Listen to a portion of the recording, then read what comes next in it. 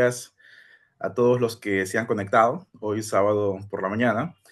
Quiero, en primer lugar, agradecer al Centro de Arbitraje Ancagua, ¿no? No solo por haberme invitado a participar el día de hoy de este webinar, sino por el trabajo sostenido que vienen haciendo cada semana, ¿no?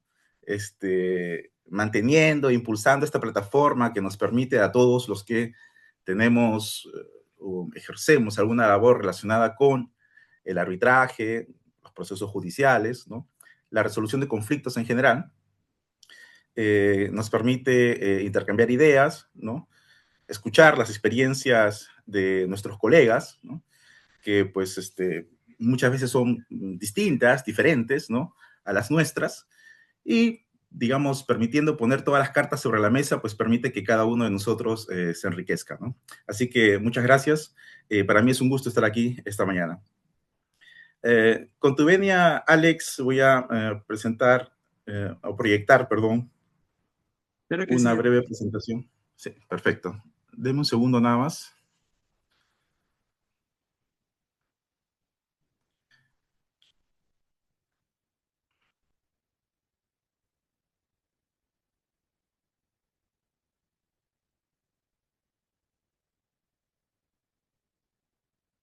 Bien.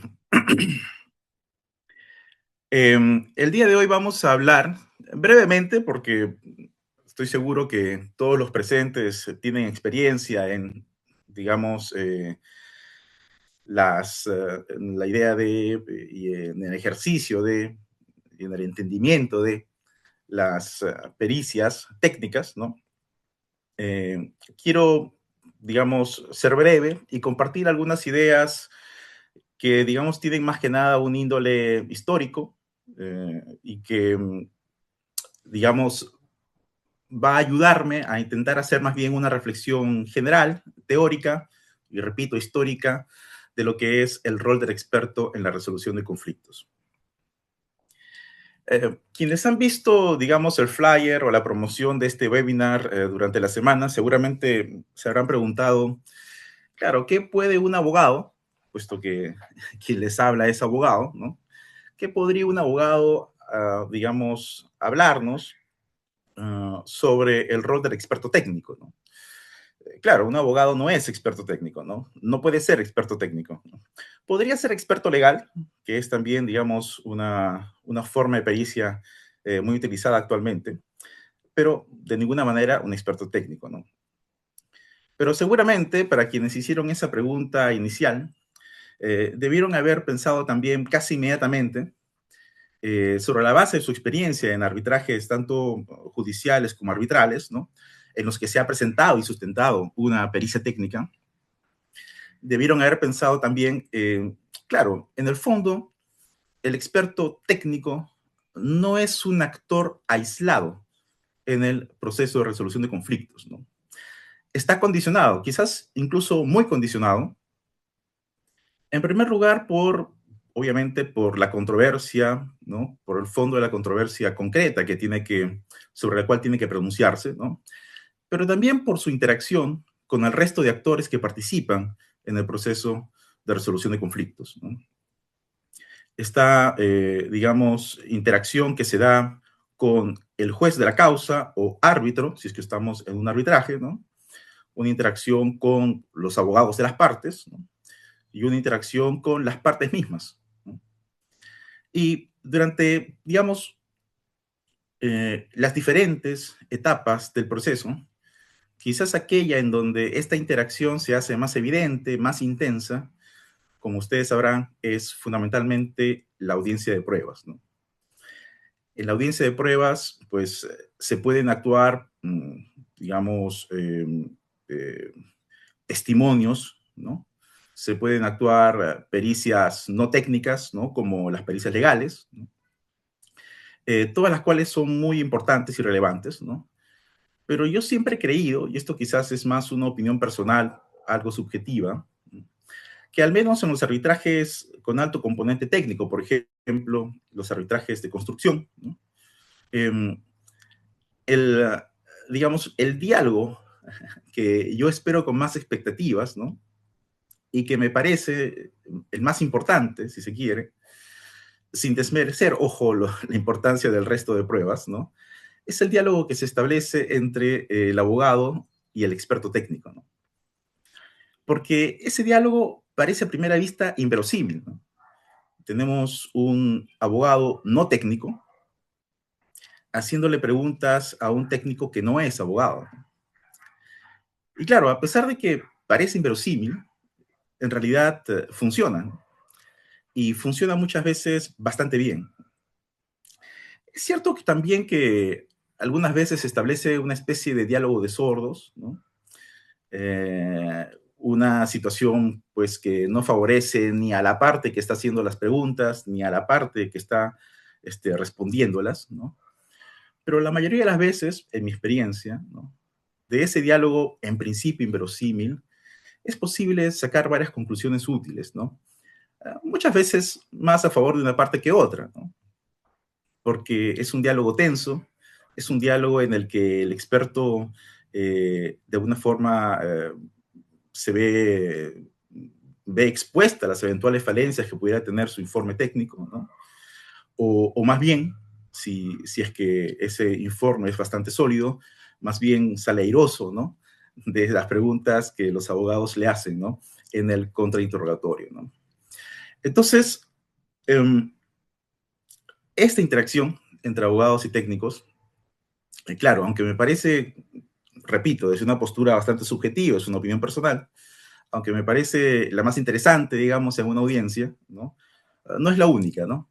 En el fondo, el experto técnico y el rol que juega está siempre determinado por esta interacción múltiple, no solo con el abogado, sino con las partes y con los jueces o, repito, con los árbitros, ¿no?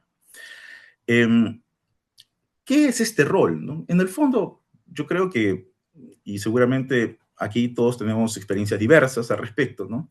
Es un rol que puede variar mucho, ¿no?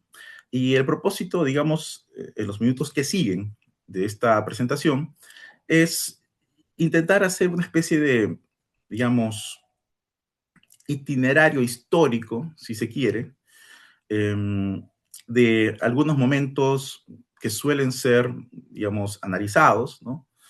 En las obras o los estudios que se dedican a este tema, ¿no? Y de hecho, cuando uno piensa, digamos, sobre cómo es que finalmente actúan, ¿no? O cuándo es que se necesitan los servicios de un experto técnico, tiene que recordar que en realidad desde la antigüedad, ¿no? Los jueces o quienes hacen sus veces, ¿no? Han recurrido de manera constante al servicio, a la asistencia, ¿no? De gentes que ejercen un determinado oficio y que le permiten al juez, ¿no? Conocer determinados hechos que ellos no podrían conocer directamente, ¿no? Por múltiples razones.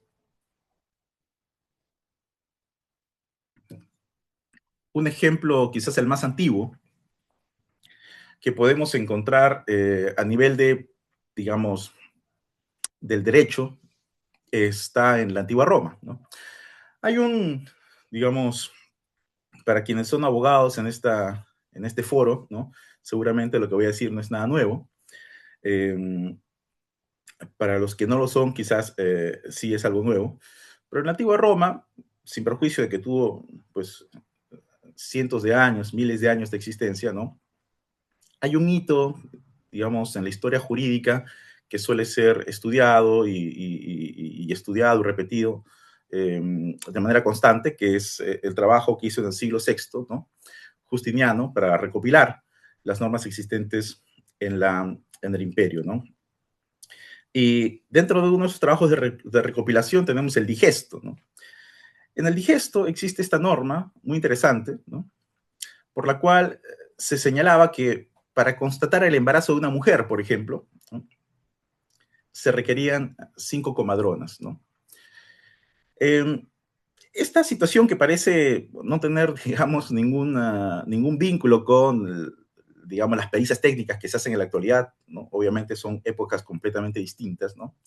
Ha sido, sin embargo, digamos, una intervención de expertas, si se quiere, ¿no? importante a lo largo de la historia, ¿no? Hay un caso famoso cuyo nombre se me escapa actualmente, en este momento, em, por el cual más o menos en los siglos XVII o XVIII se había condenado a una mujer a la muerte, ¿no? Y se convocó a una comadrona para que determinara si es que ella estaba embarazada, ¿no? La comadrona dijo que no, ¿no? Pero luego de ser ejecutada se descubrió que sí lo estaba, ¿no? Entonces, digamos, este caso obviamente despertó una gran indignación en la época, ¿no? Tanto que hasta el día de hoy, digamos, es recordado, ¿no? Y la comadrona que hizo, digamos, que dio esta opinión errada, ¿no? Fue inmediatamente vetada, ¿no? De sus funciones, ¿no?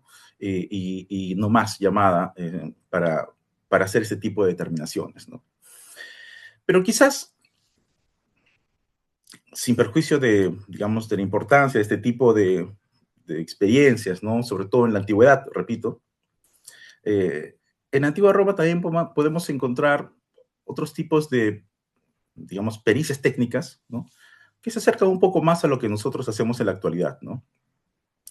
La novela 49 de Justiniano, del año 533 después de Cristo, por ejemplo, permitía, ¿no? Autorizaba la pericia de documentos escritos, ¿no? Siempre que el experto, ¿no? Jure, ¿no? Jure que no está movido por la enemistad o la parcialidad, ¿no? Aquí el tema del juramento es algo que, por ejemplo, es una constante, ¿no? A lo largo de la historia, ¿no? Siento que en la actualidad se está perdiendo un poco, ¿no? Se está omitiendo a veces, quizás porque se considera un paso previo innecesario, y me refiero sobre todo en el ámbito del arbitraje, ¿no? Pero si uno se pone a pensar, digamos, hasta dónde, digamos, se remite esta forma o esta intervención o este acto inicial, ¿no? Y la importancia que tiene para que el perito efectivamente cumpla una misión, o cumpla su misión, mejor dicho, claro, uno se cuestionaría hasta qué punto realmente es digamos, una etapa prescindible, ¿no? Yo creo personalmente, ¿no? Que aunque ya no se ve tanto quizás en el arbitraje nacional actualmente, se mantiene en el arbitraje internacional y es sin duda una etapa importante, ¿no? Que el perito jure o prometa, ¿no? Que va a actuar o que está actuando de manera que va a sustentar su pericia de manera de buena fe y de correcta manera, ¿no? Otra novela de Justiniano que quisiera resaltar es la novela 64, ¿no? Estamos hablando siempre, ojo, de la antigua Roma, ¿no? Y en la novela 64 se habla de la tasación de las mejoras que hacían los jardineros en un predio, ¿no? Para este caso, la novela dice expresamente que se debían nombrar tasadores, ¿no? Quienes debían jurar sobre el Evangelio, ¿no? Obviamente ya estamos hablando de una Roma cristiana para entonces, ¿no? Eh, este caso aparentemente no se limitaba solo a las mejoras que hacían jardineros, ¿no? Aparentemente en esa época, muchos predios eran rentados, alquilados, ¿no? Para que otras personas distintas a sus dueños originales, ¿no? Las trabajen, ¿no? Y hacían una serie de mejoras, ¿no? Y aparentemente digamos, una de las discusiones más comunes era que al final del arrendamiento del predio, ¿no? Las partes discutían sobre el valor de las mejoras que se habían hecho al mismo, ¿no? Entonces allí es donde intervenían ya de manera sistemática, digamos, en la antigua Roma, ¿no? Estos peritos tasadores, ¿no?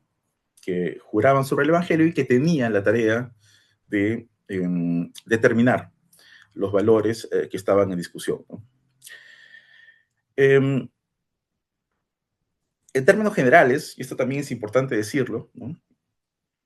La intervención de expertos en esta época era necesaria sobre todo en temas de medición y evaluación de tierras, ¿no? Linderos, servidumbres, entre otros, ¿no? Había una relación, si se quiere, y aquí, bueno, este es un tema que pues, escapa un poco a la materia de nuestra conversación el día de hoy, pero había en esa época una relación importante, estrecha entre, digamos, el derecho y el espacio, ¿no?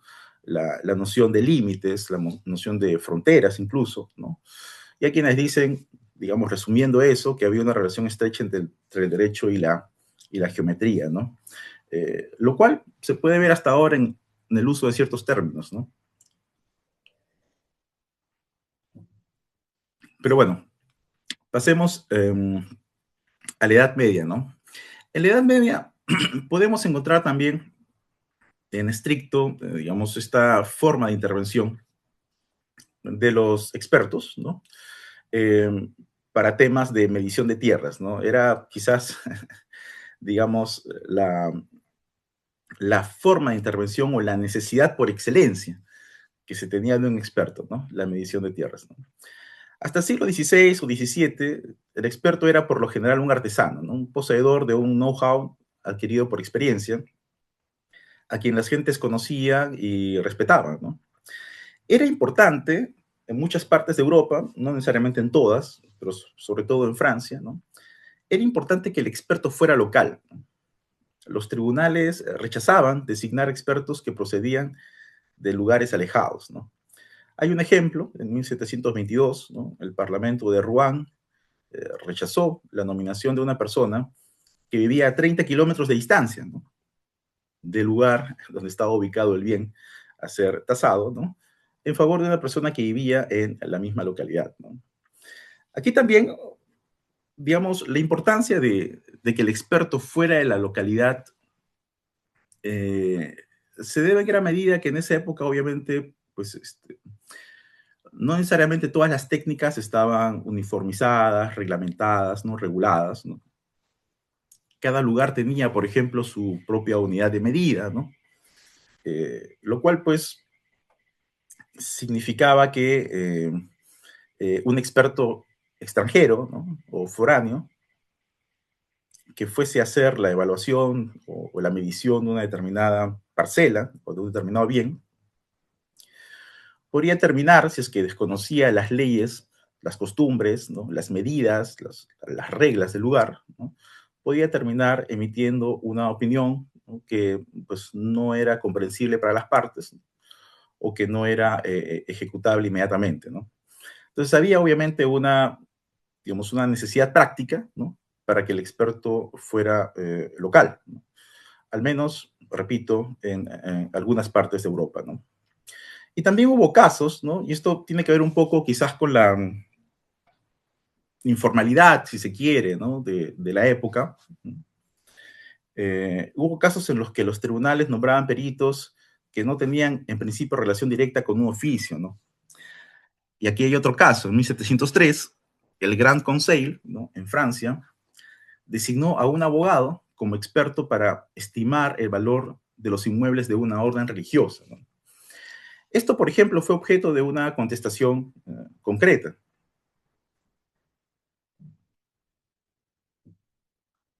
Y se le dijo al juez que, pues, que el abogado que había sido designado no tenía conocimientos de construcción y como no tenía conocimientos de construcción no podía o no debía actuar como perito, ¿no? Es decir, se solicitó que su designación fuera revocada.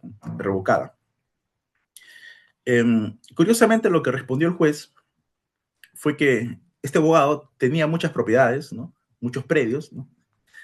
Y que por ende, por poseerlos, por tenerlos, por haberlos adquirido, ¿no? Estaba en capacidad de tasar, ¿no? Los bienes inmuebles de esta orden religiosa, ¿no? Una respuesta que obviamente en la actualidad sería inconcebible, ¿no? Pero digamos que la importancia de este tipo de situaciones que nos parecen anormales, ¿no? Puede finalmente dar luz o echar luz sobre algunas experiencias que podemos ver en la actualidad, ¿no? Lo cierto es que la presencia y actuación de expertos técnicos no implicaba, ¿no? Que el rol del experto estuviese adecuadamente delimitado, ¿no? Entonces, claro, ustedes me dirán, eh, o sea, nos estás contando que los expertos básicamente existen desde siempre, ¿no? Obviamente con las diferencias de cada época, ¿no?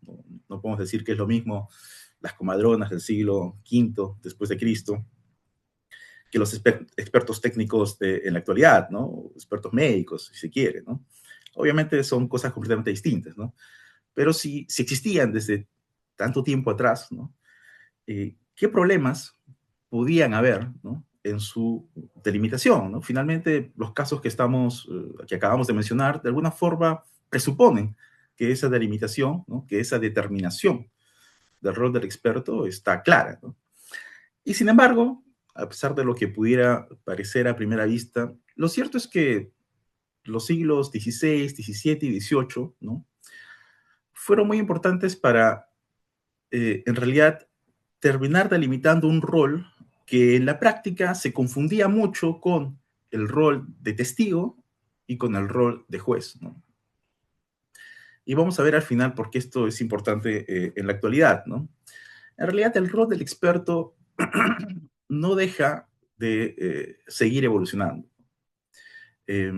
Su evolución más importante, repito, se puede rastrear, ¿no? Obviamente aquí pueden haber opiniones diversas, pero en mi opinión se pueden rastrear, digamos, para el siglo XVI, XVII y XVIII, ¿no?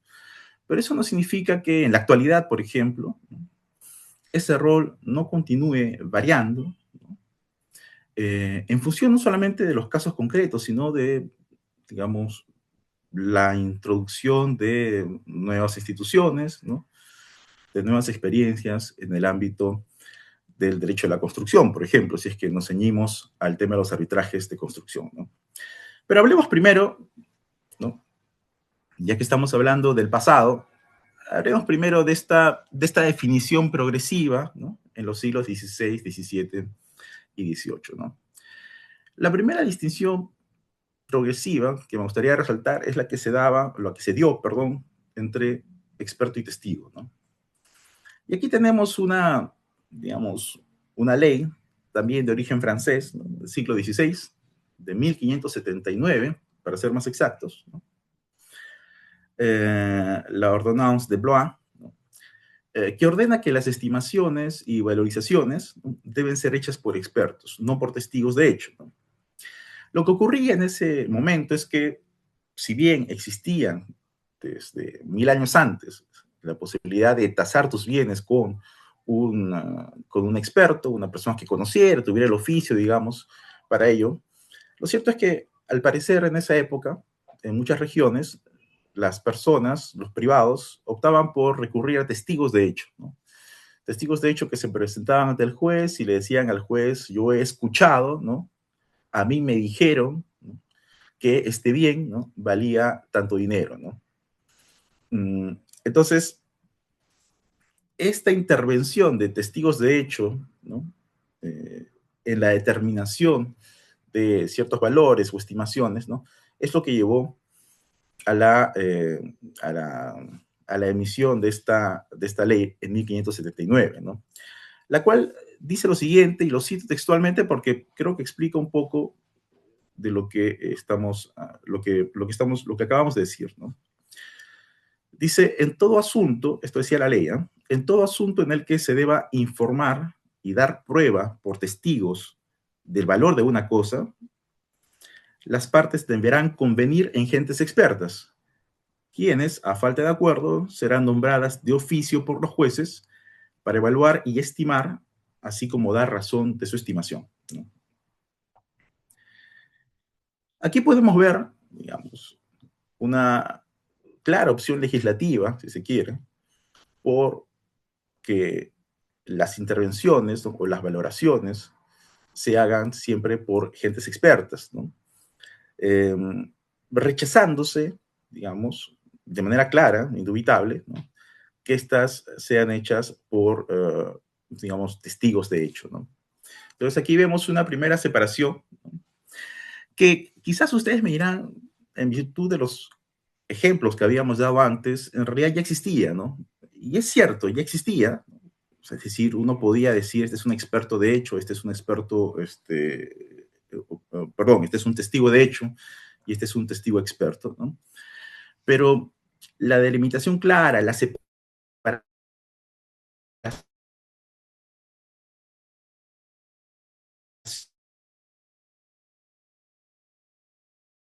¿no?, digamos, sobre el acto de valorizar establecido claramente, ¿no?, en favor de expertos con el conocimiento suficiente para hacerlo de manera adecuada, ¿no? Y esta ley, en el caso de Francia, introduce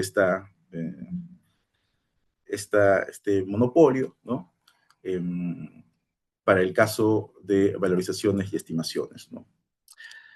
Ya en el siglo XIX, saltándonos, bueno, pasamos del siglo XVI al siglo XIX, 300 años después, hay un jurista que en una obra muy importante de esa época, ¿no?, hace la siguiente distinción entre la prueba testimonial y la prueba del experto, ¿no?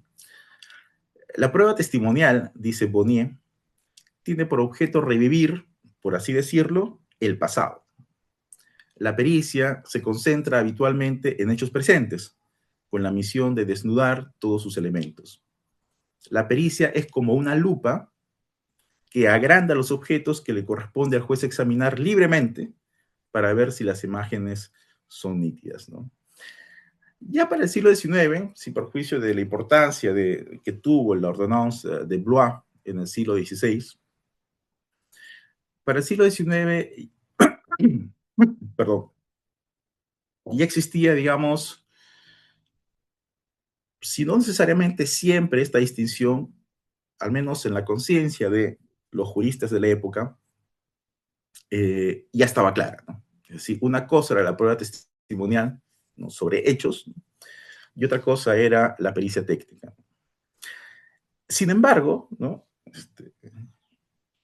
sin perjuicio, digamos, de que esta distinción ya podía se consideraba clara, ¿no?, lo cierto es que el experto no dejaba de ser testigo, ¿no? Y muchos autores del siglo XIX señalan que es cierto que el experto actúa, ¿no?, como, digamos, aplica su ciencia, ¿no?, para hacer un dictamen, una opinión, pero en el proceso, digamos, de conocer los hechos, de conocer in situ quizás un determinado predio, si es que era un tema de predios, en los hechos también actúa como testigo, ¿no? Es decir, no deja de ser testigo, quizás no de un hecho contemporáneo, si es que estamos hablando de un evento pasado, como materia del juicio o del arbitraje, ¿no?, pero sí de lo que está viendo, ¿no? Sí de los documentos, sí de las cosas que ve, por ejemplo, si visita un determinado lugar como parte de su trabajo técnico, ¿no? Entonces, esta separación entre experto y técnico, ¿no?, en realidad, por muy importante que haya sido, nunca terminó, digamos, de, de llegar a ser absoluta, ¿no?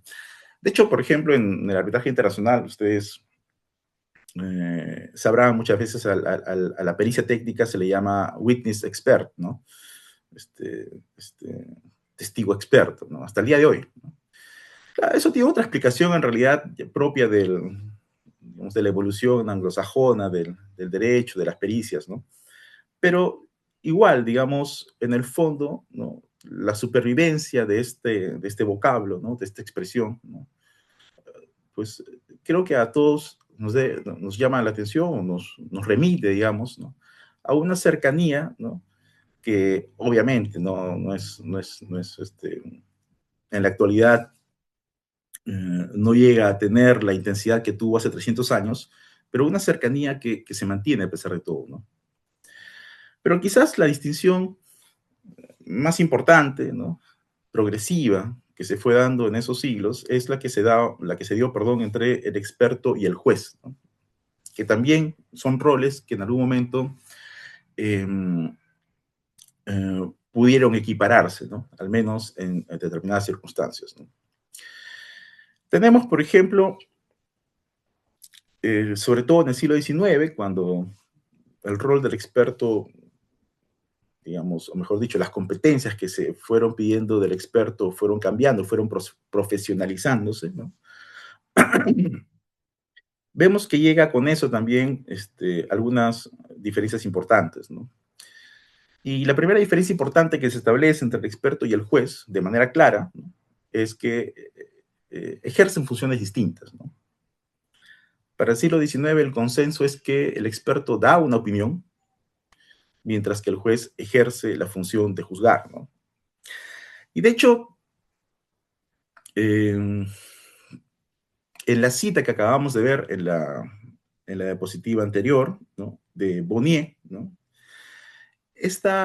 este símil, ¿no? Esta analogía que hace él en la línea cuarta que ven en su pantalla, ¿no? Entre la pericia y la lupa, que agranda los objetos, ¿no? Que le permite al juez ver mejor un determinado hecho. ¿No? Es una analogía que encontró mucho éxito en la época, ¿no? No lo inventó Bonnier, hay autores que dicen que esto ya se puede encontrar en autores italianos del siglo anterior, ¿no? Pero en todo caso con Bonnier alcanza, digamos, cierta pues se difunde con mayor énfasis y mayor facilidad, ¿no? A lo largo, al menos, de los países europeos, ¿no? Claro, la idea de que la pericia es una lupa es lo mismo que decir que la pericia es un instrumento, ¿no? Un instrumento que permite al juez ver mejor, pero el que sigue viendo es el juez, ¿no? Y el que dice qué es lo que ve, ¿no? Es el juez, ¿no? Es decir, la pericia, digamos, acerca al juez, permite que el juez observe algo que quizás por falta de conocimiento no puede observar directamente, ¿no? Pero en definitiva, y este es un poco el consenso del siglo XIX, ¿no? Por muy importante que sea la pericia, ¿no? Por muy erudito que sea el perito, al final es el juez, y tiene que ser el juez, ¿no? Quien ejerce la función de juzgar, ¿no? Es el juez el que mira. Una segunda distinción progresiva entre el experto y el juez es que la misión del experto se vincula claramente con hechos, ¿no? No con el derecho, ¿no? Esta es una distinción célebre que es relativa, ¿no? Porque yo, por ejemplo, seguramente ustedes tienen la misma experiencia porque esto se ve con frecuencia en las audiencias de arbitraje, por ejemplo. Um, una de las críticas que se le puede hacer a un perito, ¿no? Usualmente es, bueno, en realidad, señor perito, usted está haciendo un análisis jurídico, ¿no? Usted está haciendo un análisis legal, ¿no? Cuando parece que efectivamente, ¿no? De alguna forma el perito está excediendo, ¿no? Sus hallazgos, ¿no? Sus conclusiones, ¿no? Y dando, ¿no? Haciendo afirmaciones, ¿no? Que lindan con lo jurídico, ¿no? Y aquí, claro, eh, es evidente que hay situaciones en las que un perito técnico, ¿no? Sí, efectivamente está excediendo el aspecto estrictamente técnico, ¿no? Y está introduciéndose o entrando a temas legales, ¿no? Hay situaciones claras en las que eso puede verse con facilidad, ¿no? Pero también hay situaciones en las que, digamos, esta supuesta, digamos, transgresión del límite entre lo técnico y lo legal no es tan claro, ¿no? Porque finalmente un perito, cualquier perito, ¿no? Para empezar, tiene que entender el contrato, ¿no? Del caso que está analizando, tiene que entender los alcances de una determinada obra o proyecto, por ejemplo, si estamos hablando de temas de construcción, ¿no? Y a mí me parece que, claro, que el perito explique lo que él entiende, que es el alcance, por ejemplo, de una determinada parte contractual, ¿no? Claro, puede ser legal, pero no necesariamente, ¿no? Porque, o sea, no es que la pericia pueda hacerse en el vacío, ¿no? Digamos, en el vacío de un laboratorio, si se quiere, ¿no? Despegada por completo de lo que finalmente da vida a esta controversia, ¿no? Que es la relación entre las partes que está expresada en un contrato que sin duda es de naturaleza legal, pero que tiene muchos componentes técnicos también, ¿no? Entonces, esta distinción entre el hecho y el derecho, que es fundamental, ¿no? O sea, yo no la estoy negando, ¿no? Es muy importante, ¿no? Eh, es una distinción igual que puede ser problemática en determinados casos, ¿no? O sea, eh, y también está bien que así sea, ¿no? Y una tercera distinción progresiva entre experto y el juez, ¿no? Es que la decisión del juez se consideró que debía seguir siendo autónoma, ¿no? Autónoma de los resultados de la pericia, ¿no? Es decir, no está obligado el juez a seguir lo que dice el experto, ¿no? Estoy hablando siempre del siglo XIX, ojo, uno puede tener opiniones distintas en la actualidad, ¿no? Pero, digamos, en el siglo XIX, que es cuando esta experiencia, determinación de la labor del experto, del rol del experto frente al rol del juez, estaba siendo analizada de manera profunda, ¿no? Se consideraba que, claro, que finalmente el juez, ¿no?, por muy importante que sea la pericia, seguía siendo autónomo, ¿no?, independiente de los resultados de la misma, ¿no? Aquí también, como en el caso anterior, me parece que depende, ¿no? O sea, por ejemplo, también en el siglo XIX existió mucha controversia, ¿no?, sobre las pericias médico-legales, ¿no? Porque, claro, las pericias médico-legales, finalmente, en los hechos terminaban decidiendo los casos, ¿no? Entonces, había mucha crítica al respecto, había muchos abogados que consideraban que, claro, que eso, digamos, en el contexto global, de una forma atentaba contra, ¿no?, contra la libertad del juez, ¿no? Pero claro, eso no es que cayera del cielo, ¿no? O sea, obviamente hay situaciones, ¿no?, en las que uno puede ver que determinados hallazgos técnicos, ¿no?, no es que vinculen al juez per se, pero son precisamente por su naturaleza técnica, ¿no?, y hasta cierto punto objetivas, ¿no?, son, digamos, pueden ser concluyentes, ¿no? Y hasta el día de hoy, si bien, digamos, por ejemplo, para volver al caso de los arbitrajes de construcción, pues, como sabemos, hay siempre pericias contradictorias, ¿no? Pericias de una parte, pericias de la otra parte, ¿no?, que hace difícil a veces, ¿no?, decir, oye, esto fue probado de manera absolutamente concluyente, ¿no? Pero también hay casos, ¿no?, quizás no necesariamente en el mundo de la construcción, pero en temas médicos, en la actualidad, ¿no?, el uso de ADN, por ejemplo, ¿no?, que a veces por el contexto mismo, ¿no?, tienen resultados que es difícil negarles, ¿no?, un carácter definitorio de la controversia, ¿no?, o de la situación que se está juzgando, ¿no? Bien, conclusiones para, en realidad tenía la intención de que esto no durara más de 30 minutos, ¿no? Como ven, solamente estoy en realidad soltando algunas ideas, ¿no?, de un itinerario, si se quiere, histórico, ¿no?, acerca del rol del experto, ¿no? Lo que les dije hace un momento, no sé si lo recordarán, es que yo creo que este rol del experto en realidad no ha dejado de evolucionar, ¿no? Eh, para empezar, es un rol que es distinto en cada caso, ¿no? Hay situaciones, arbitrajes, por ejemplo, en la que el rol del experto no será muy relevante porque quizás la discusión técnica no es compleja, es simple, ¿no? Y más bien es la discusión legal la que va a terminar definiendo el resultado del proceso, ¿no? Y hay otras situaciones en donde quizás la pericia técnica adquiere un protagonismo importante, ¿no?, por sobre cualquier otro medio de prueba, ¿no?, porque la discusión está, digamos, planteada en términos que hacen que el aspecto técnico sea decisivo, ¿no? Em, pero viéndolo incluso ya desde un punto de vista más global, ¿no?, desde un contexto más general, ¿no?, aquí en realidad, y quizás me voy a salir un poco del rol del experto técnico dentro de un arbitraje o de un juicio, ¿no? Pero que sigue siendo, pero igual dentro del, digamos, del itinerario de la resolución de conflictos, ¿no? En la actualidad podemos ver que en realidad, así como a fines del siglo XIX hubo un importante entusiasmo por lo que se llamaba la justicia científica, ¿no? La idea de que la ciencia podría, hasta cierto punto, y en algunas materias, reemplazar al juez, ¿no? En la actualidad, si bien no llegamos a ese tipo de entusiasmo decimonónico, sí podemos ver, ¿no?, que hay digamos, una intervención cada vez mayor de los técnicos, de los expertos, ¿no?, en la resolución de conflictos, ¿no?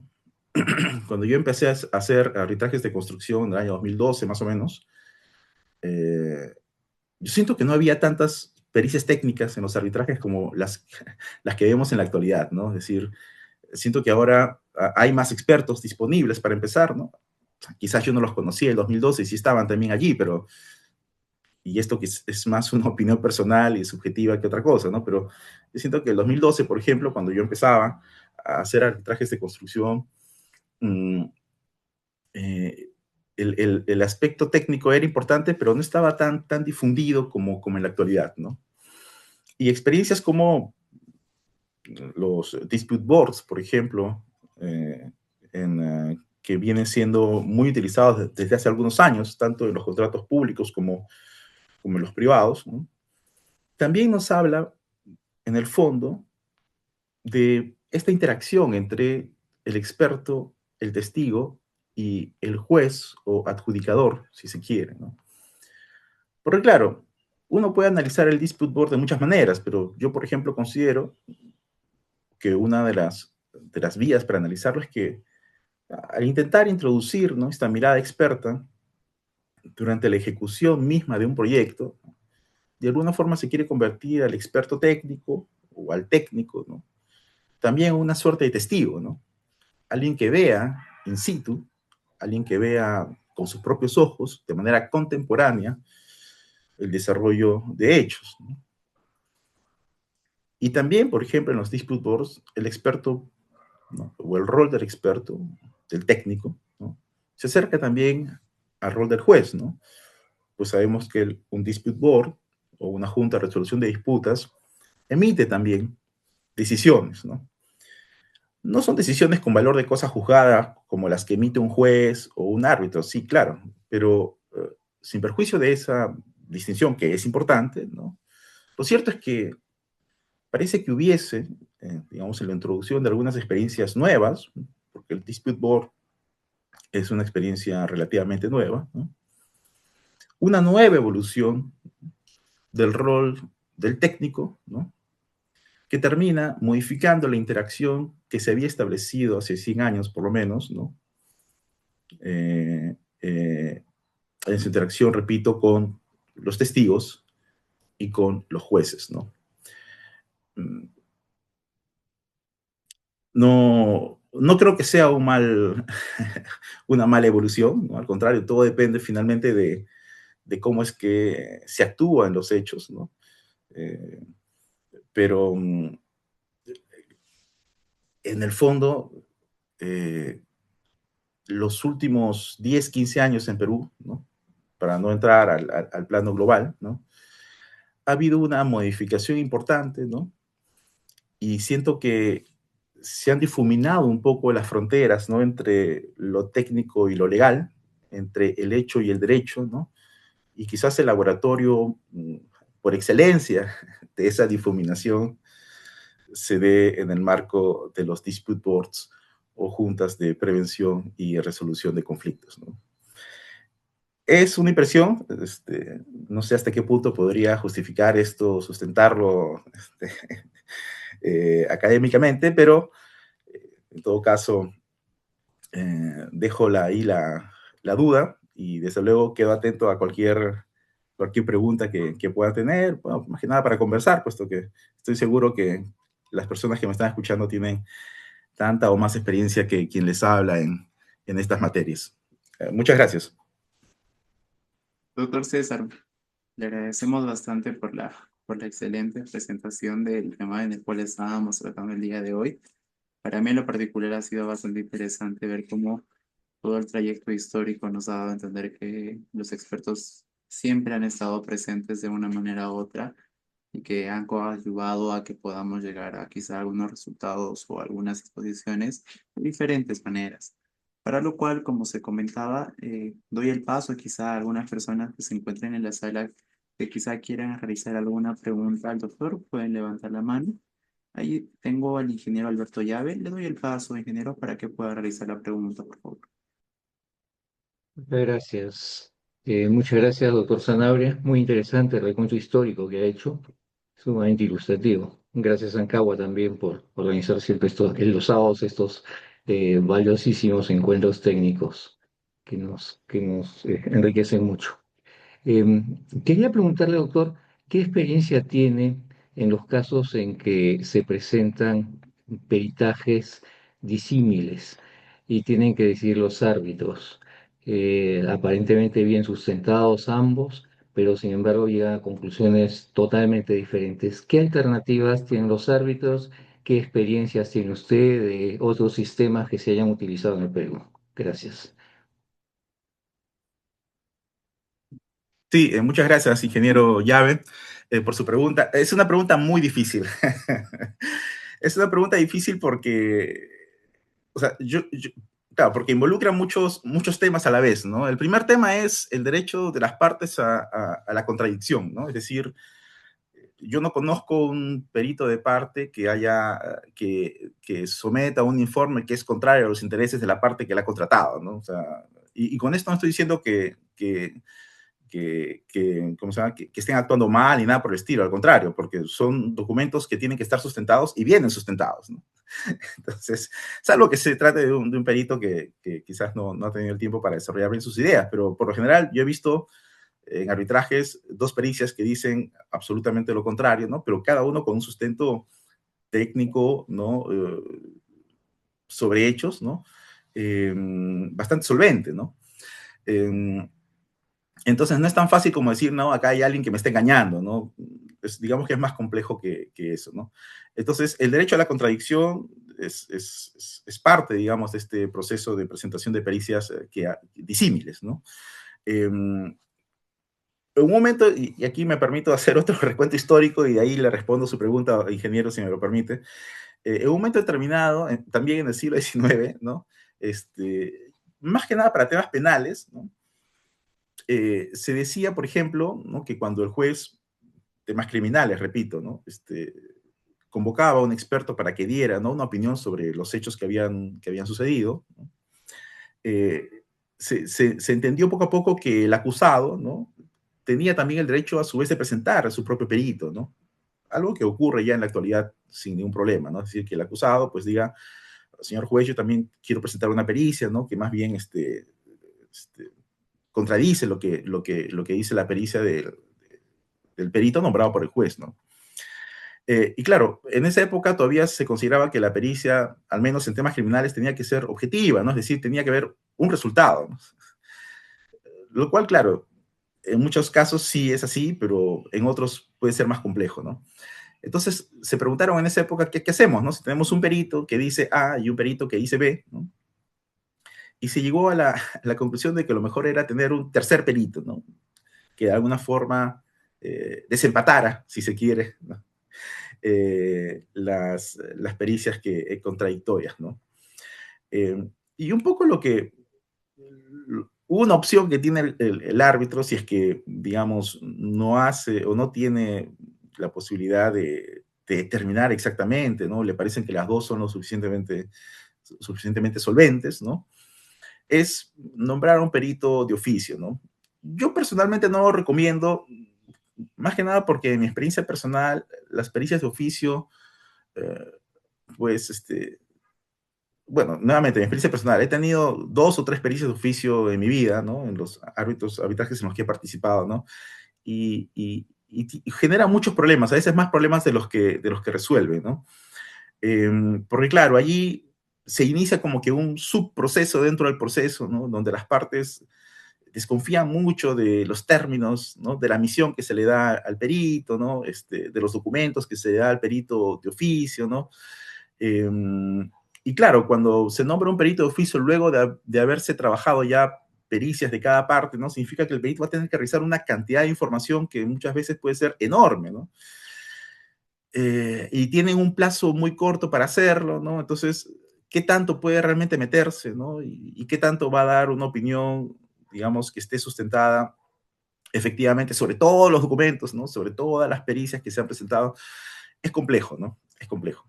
Entonces,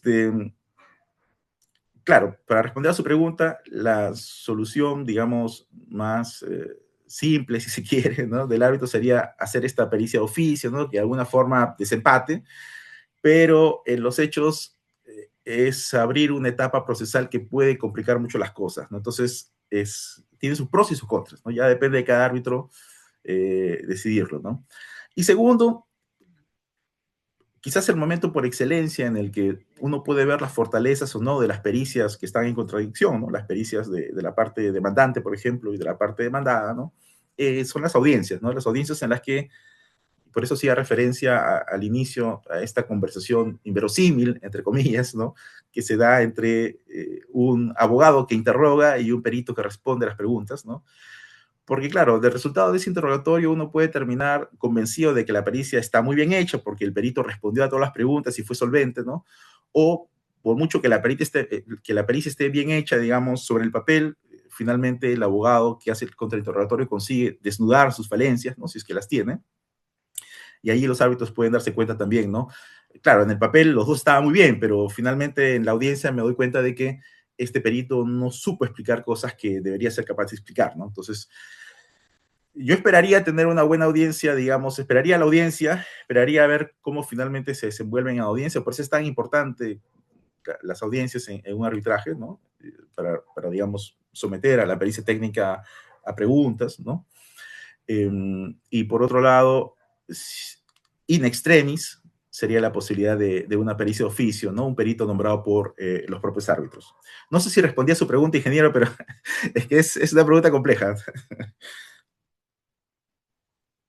Sí, muchas gracias, doctor. Solamente preguntarle si ha contemplado la posibilidad de un careo de los peritos directos o que se lancen los peritos uno al otro algunas preguntas directas. Y finalmente, bueno, el careo creo que es el hot tabbing, ¿no? Sí, J. Sí. Sí, yo le confieso, yo nunca he visto el hot tabbing en la vida real, o sea, yo no he visto una, o sea, yo lo conozco porque sí, en efecto, en una época estuvo muy de moda hablar del hot tabbing, ¿no? Pero nunca lo he visto en acción, ¿no? En un arbitraje que yo haya llevado directamente, ¿no? Entonces le mentiría, ¿no? O sea, yo entiendo la lógica, pero claro, nuevamente, ¿no? Ahí hay un trabajo previo que hacer que sería importante a mi juicio, ¿no? Determinar exactamente sobre qué finalmente va a ser ese careo, si se quiere, ¿no? Eh, y claro, lo que sí puede hacer el árbitro, quizás más que el careo, es quizás invitar a los peritos, ¿no? A que emitan un informe conjunto explicando cuáles son los puntos en los que sí están de acuerdo, por ejemplo, ¿no? Entonces, más que hot tabbing, digamos que es un careo, como usted dice, en la audiencia, ¿no? Quizás podrían tener ese esfuerzo, ¿no? De conjuntamente decir, oye, yo sí estoy de acuerdo con el perito de otra parte sobre esto, esto y esto, ¿no? Entonces, para que el árbitro tenga un poco limpia la cancha sobre dónde están realmente las diferencias esenciales, ¿no? Y sobre careo, sí, efectivamente sé que es algo que sonó mucho en un momento determinado y que suena muy, o sea, muy apropiado, pero le confieso, no, yo no lo he visto de manera directa, así que no sé qué también funcionaría, ¿no? Muchas gracias, doctor. Gracias, ingeniero. Gracias, doctor César. Gracias, ingeniero Alberto. Les agradecemos por las preguntas. En caso haya quizá alguna otra persona más para realizar una última pregunta final respecto del webinar, le damos paso para que con eso podamos cerrar, del cual tenemos la mano levantada del ingeniero Hernán, para lo cual le doy paso para que pueda realizar la última pregunta. Muchas gracias, ingeniero.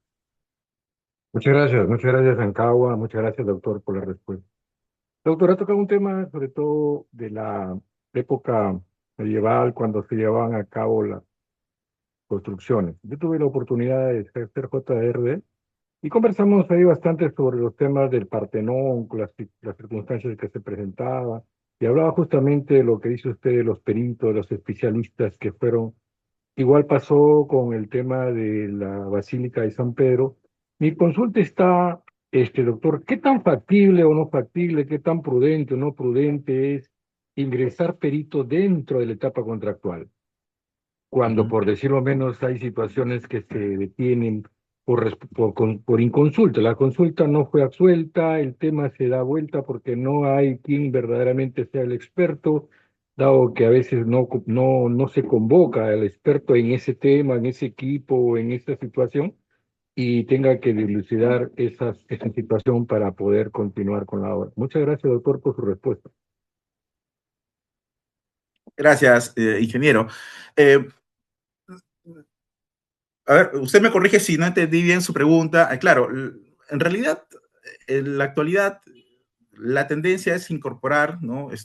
Mucho, digamos, expertos técnicos, no necesariamente durante toda la ejecución de la obra, ¿no? Pero cuando surgen algunas discrepancias importantes, ¿no? Em, claro, estoy hablando de experto técnico, digamos, distinto al dispute board, ¿no? Que entiendo que si hay dispute board, en principio, esa discusión no se plantearía mucho, ¿no? Porque tienen a un órgano que visita regularmente la obra, ante el cual se pueden conversar, ¿no? Las cosas que se están desarrollando en tiempo real, ¿no? Eh, pero claro, sin perjuicio de esa, digamos, de ese método que está bastante, digamos, expandido en la actualidad, tenemos también, digamos, otras formas de intervenciones, ¿no? Más concretas, si se quiere, ¿no? De técnicos externos, entre comillas, a la obra, ¿no? Sobre todo, pero esto lo he visto sobre todo cuando la obra busca, digamos, sustentar, ¿no? Un determinado reclamo, ¿no? Claro, la obra está en ejecución, ¿no? Pero hay un reclamo, un potencial reclamo, ¿no? Que se va a plantear, ¿no? Y sobre el cual van a discutir las partes, ¿no? Entonces, a veces las partes, sobre todo el constructor, trae, ¿no? A un experto técnico, no para que haga una pericia, porque no es una pericia lo que va a hacer en ese momento, sino para ayudar a sustentar técnicamente, ¿no? Un determinado reclamo, ¿no? Eh, Esto lo veo mucho, por ejemplo, o lo vi en su momento, sobre todo cuando buscaban, por ejemplo, también incluso medidas cautelares, ¿no? En determinados proyectos de gran envergadura, ¿no? También se buscaba sustentar técnicamente ese tipo de reclamos, ¿no? Eh, Mi opinión sobre eso, bueno, en realidad todo depende, yo creo, del tipo de proyecto, ¿no? Digamos, de la capacidad que tienen las partes en el sitio, ¿no? Para organizar ese tipo de